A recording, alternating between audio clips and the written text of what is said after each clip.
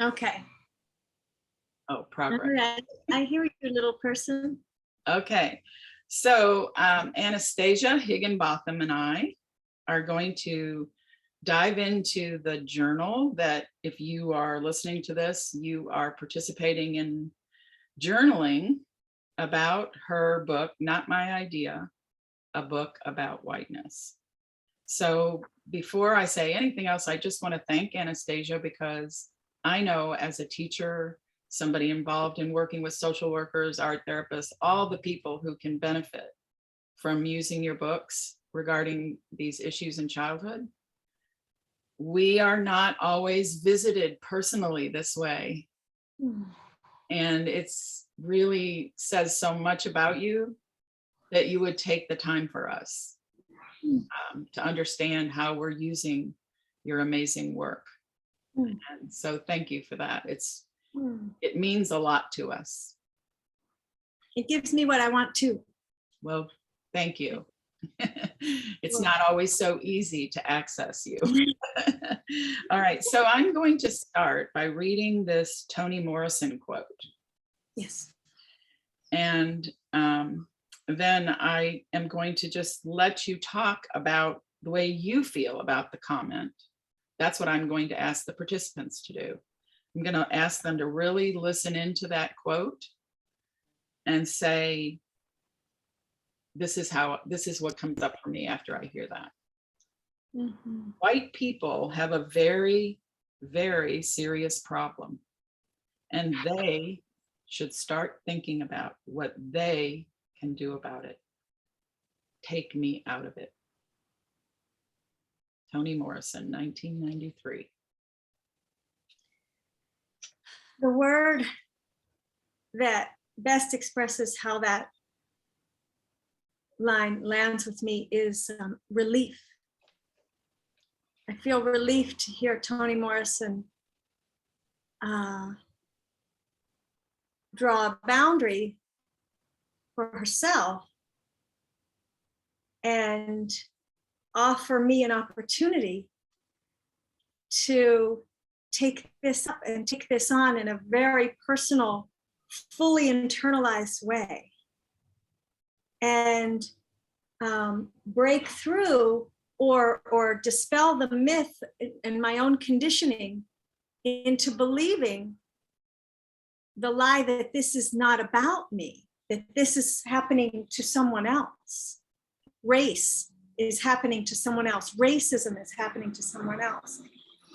When Toni Morrison says that, it makes it so clear that this is, exactly her words. White people have a very serious problem, and they should start thinking about what they can do about it.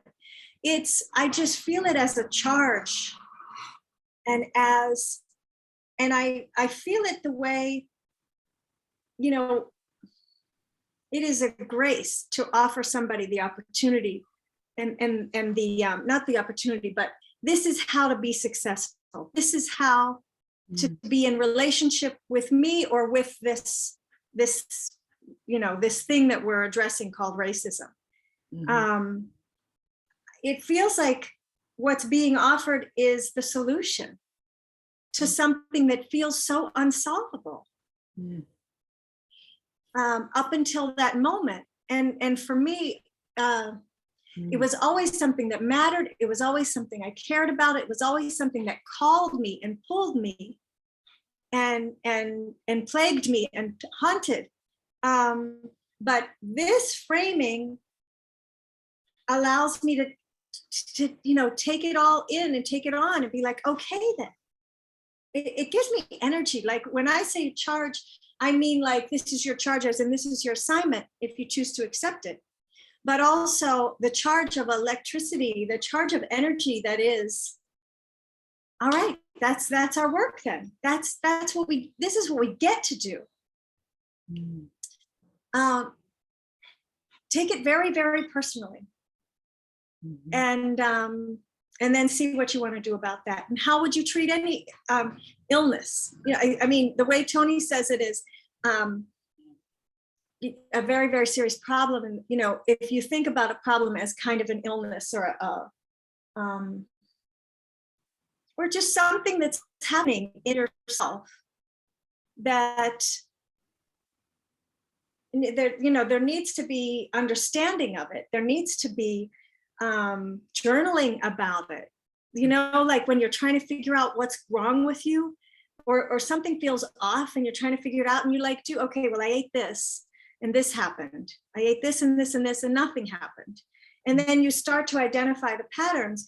And so to me, it's just a way in to like that process that lets you understand yourself better, understand my own power better, and how do I step into a room and how do I leave a room, and what chance do I have in this moment? What choice do I have in this moment that would be disruptive to systems as they are? And that discipline is very, very inspiring and engaging to me. And I can't let it alone now that she said that. Thank you. Oh my gosh. Thank you. Okay. All right. So I know if you're listening to this as a participant, if you're like me, you're saying, okay, press pause. And I need to write all of that down too. So it's, yeah, there's some very helpful pieces in there. So thank you very much. So circling back to what you said initially about relief, and in pages 4 to 9 in the book, those pages, I've identified them for people journaling about the book in terms of children feeling safe and looking at safety issues. And I know the little girl in the book is being told she's safe and she doesn't have to worry. And yet she has a sense about that that's different than what she's hearing. So there's all this back and forth going on, both externally on the pages, but you can almost feel it going on internally within the situation. And also the mother, or, you know, the adults in the room who are feeling like, because you're safe, we're safe. And so it begs the question, who's safe? And what does safety look like? And so I am asking people, is it enough to know that our children are safe from that kind of harm? And when you share your thoughts, I'm asking them, be honest with yourself.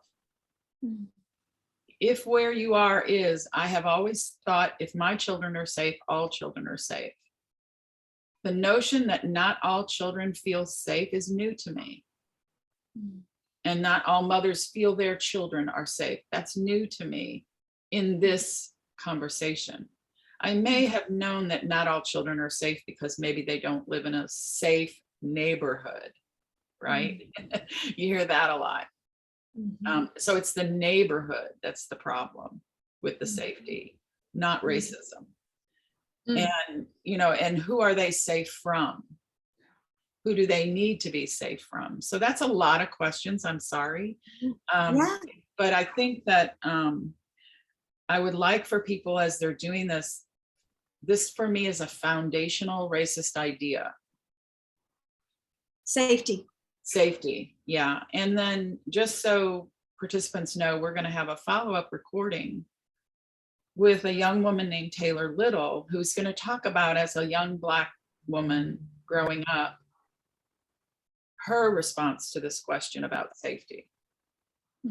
And we've also talked about the character Jeremy in the book, Roll of Thunder, Hear My Cry, which many people who are taking this study may have read in middle school or, you know, elementary school. So there's all of that rolled into safety is so foundational. So your thoughts. And safety in that moment, the way that the mother frames safety, you're safe. This has nothing to do with you. Is that what she says? This has nothing to do with you. You're safe, understand? And the child says, Right. Thinks, but does not say no. Um, it's an alienating concept right from the start. Yep. The fact that I can feel safe and be assured of I'm safe if I know that you, Michelle, you know, Bree Newsom over your shoulder, if I know you are not safe, in what universe am I still safe? Like, it's not, and the universe in which that is safe, see, that could even be possibly construed as safety, is whiteness. It's only with that lens that you could be so disconnected from your humanity that somebody else gets shot down beside you and you could be like, I'm safe. Now, and there may, you know, not to say that there's not a biological, like, there's guns aimed at us and I hope I don't get shot. Mm-hmm. But in the presence of that, I am not safe. If the gun is always aiming around me and I am not in the line of fire, but there's still shots being fired, I'm just not safe if I feel any connection at all to who's there. Mm-hmm. Or who isn't there, you know, like the mom, you know, I used the word power on that, made sure that that was really visible when the mother turns off the television, turns off the screen, because what she's shutting out is a reality that she can say, that's not us. And so that the alienation begins with that we are us and they are them. And that trouble is not here. Mm-hmm. But what the book invites and what humanity invites is being able to sense and stay connected, even when even when that button is pressed, to the fact that there is trouble. And now it's in my belly, it's in my gut, and it's in my mind. So there's the not safety of knowing that I'm connected to everything. There's the not safety of knowing that the earth itself is in trouble, you know. So when you connect into all the living beings now, and that's not a reason to just lie down and be like, we're doomed, you know, all I feel is the pain of the world. It's not that, it's I feel the resonance with all, and I don't invest in separateness. I don't invest in that separateness, and I don't buy into that alienation. But I would rather feel that trouble, be curious about that trouble, find out why is it that it lands here and not here? What is that? And then you can open the way for children to learn about the forces at work, which are human made. And so can be human unmade, you know, in small ways, not in a magic wand way, and not in a Marvel movie, Avengers Unite way, but in the small ways that we make those choices that uproot something, or examine a habit that doesn't need to be a habit, that locking of the door later in the book. Examine those small choices and what they say, and then tune into the power of a different choice, of an intentional, deliberate choice to unmake that world and make a different one, you know, plant a different kind of justice in your actions. So that's what I want to say about that kind of safety. But then there is also the aspect of a white child is not safe in the space of unknowing what is happening, because I feel like a lot of that's where the shame and the self-doubt comes in, when there's no answer to the question of, okay, why am I safe and this person is not? if there's no answer to that, then this silence opens up inside of the child, and this space of unknowing that takes up a lot of space, which doesn't have, the racial justice education answers that question, but without it, there's just, you start making shit up. Well, it must be because they, or it must be because we, and all the made up stuff makes sense in that space of unknowing. Mm-hmm. And it's all lies. Well, it's this way because, you're safe because we work hard. And you're safe because you're good. Mm-hmm. You feel good because you are good, and you feel good because you deserve to. All these lies, of which I consider lies of whiteness. And then within that unknowing, for somebody who still senses the trouble, someone who's still a child, adult, because it follows us, right? If you still have that sense of knowing, no, something's wrong here. I can feel it, I can see it, I see the injustice happening. Then that person, that's where I think shame fills in and self-doubt fills in. And the antidote to that is the education. And things like Toni Morrison's, there is a serious problem, figure out what you're going to do about it, take me out of it. And then there can be like, let's address it instead of just have it take up space and get no attention and get no air. It needs air. It needs to be exposed to the truth, the light of truth, and held up. And so the lies can fall away and be replaced by the fact that we have power, we have agency, we have collective potential power. And there are ways to move even within this very painful reality. There are ways to move that are love, and Black-led movements show us how. Mm-hmm. And Indigenous-led movements show us how. Right. People know how to take care of themselves within this corrupt system. And so we can study those ways and figure out our alignment, which is ultimately to ourselves, and our own humanity, and that sense of trouble and connection. Yeah, I especially heard you say a line that I think for anybody who's journaling about all of this, I'd like to put an emphasis, exclamation point on that. In order to not understand the issue of safety, you have to invest in separateness. That whole question of separateness and safety is so, again, these are early in this book, you get right to the foundational principles of whiteness and racist ideas. Mm-hmm. And I think you've hit on some that I really hope people will allow themselves to be with.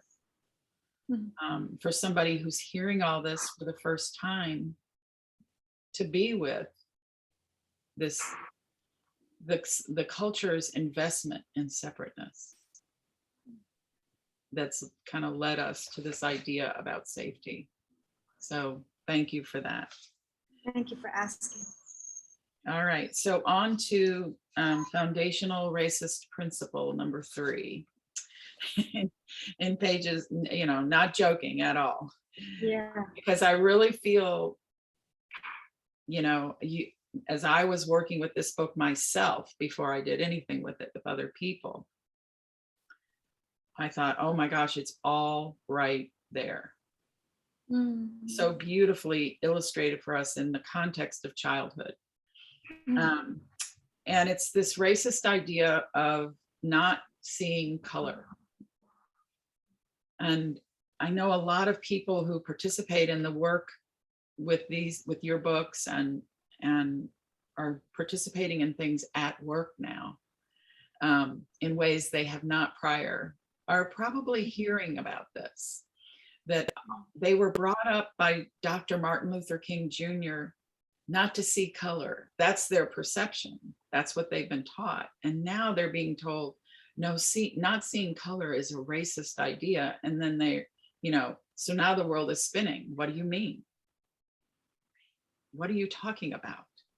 Right? Dr. King wanted us to not see color so that all children would have access the same way, right? And I think that's the oatmeal they've been served for breakfast every morning for a long time. So there are many spaces that you identify as you move into this idea of not seeing color and what happens as a result of that. And in the pages to come, in the next recording, we can deal with those specific spaces. Yeah. For now, what I really would love for you to share with us are any thoughts you have about this seeing color piece. And then also, when we don't see color as that being a racist idea, we can be very familiar with, it affects housing, it affects this and affects that. And we're going to go into all of that. I would like to start by focusing on that racist idea first. And then second, what has it done, what I call glory erasure? So ready, set, go. Through the lens of whiteness, through the culture of whiteness, that we don't see color is a defensive and racist. It's based on this idea that if I see, because we don't see whiteness as a color, we claim to not. We're not people. I'm not a people of color. You are, because of all those colors, which is just so wrong. It's so inaccurate. Okay. It's like the thing of it equates black with bad. It equates brown skin with bad right from the start. And it's like saying, I don't see that bad thing about you. Don't you understand? I want us to be brothers. I don't see that bad thing about you, which is your color, which is like, that doesn't make any sense at all. I mean, that's so racism. That's so much racism in that,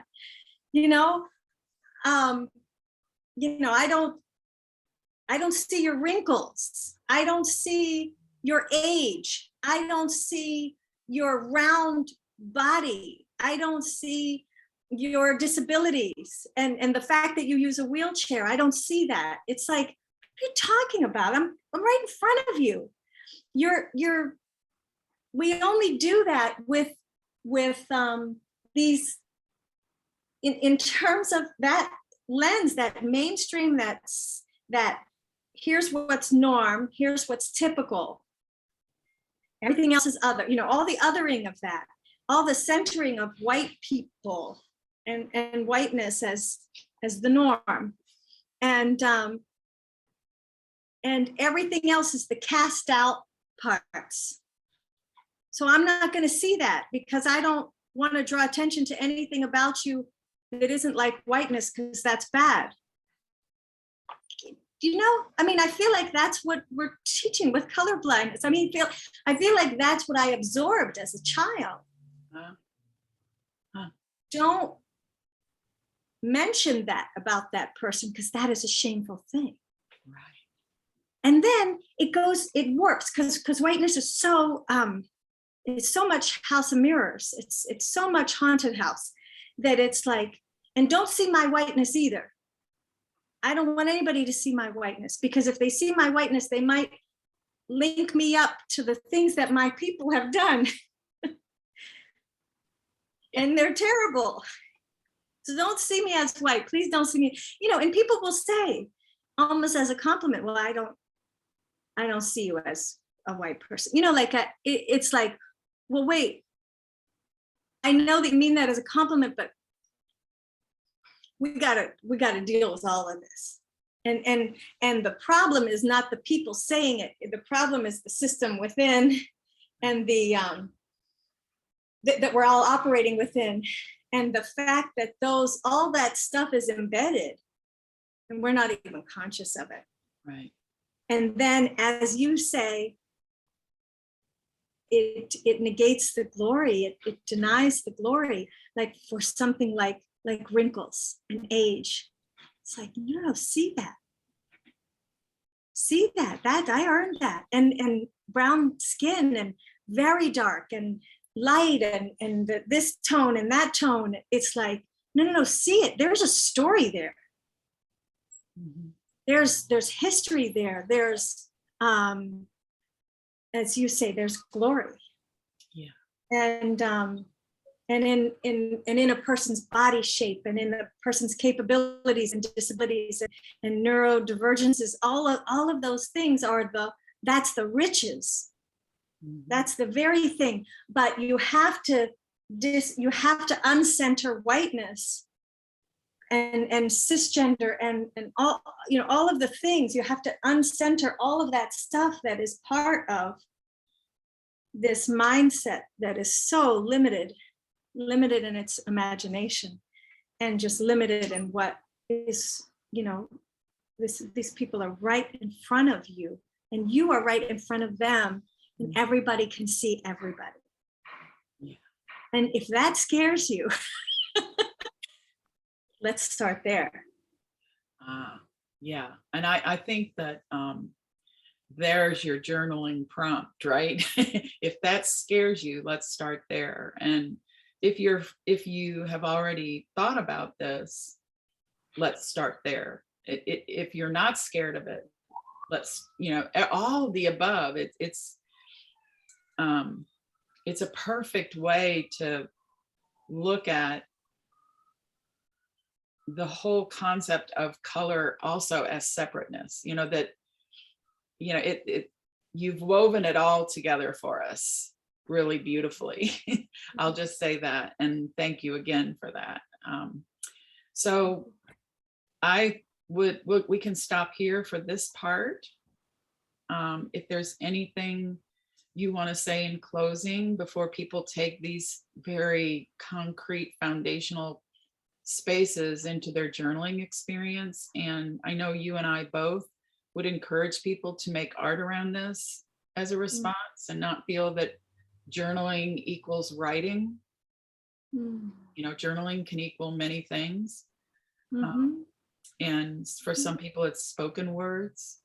So I did want to say that before we close, that I know you and I both would say journaling is whatever way you express a response to all of this. And also the part two of that being that, that no matter how long you've been thinking about these ideas, we're always still thinking about them. And that, it may be something you want to revisit on a regular basis, or have conversation with someone about.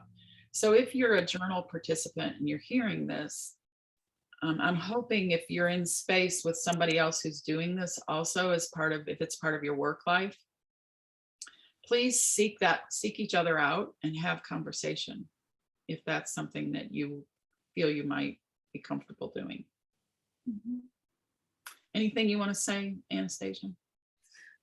Just to remember about the body, and I'm not a trained anything in terms of somatic practice or yoga or any of those things. I just know that when we're out of our bodies, it's so easy to be not quite dropped in, and that however you achieve that, whether you make yourself a cup of tea, whether you do some yoga or go for a walk or just look out the window or like focus on an object in your space and drop down into wherever you are before you journal. And if the words aren't coming, then yes, pictures And if the pictures aren't coming or you think you can't draw, make spirals, make branches, make circles, connect the dots, and don't worry about it. Let it, that's part of your journal too, is you go back and you remember that day after that segment, all I could do was circle and connect them to each other. There you go. Right. Connect the dots, whatever. Right. That's what I'm hearing. And connect these dots, especially. Yeah. And I appreciate so much that you mentioned the issue of, staying in your body and responses to that. Because no matter who you are, you could be listening to this and start to experience something in your body that's new. And, depending on what that looks like, it's worth paying attention to. So thank you for bringing that up. All right. So till next time. Okay. Thank you. Thank you all. Thank you, Michelle.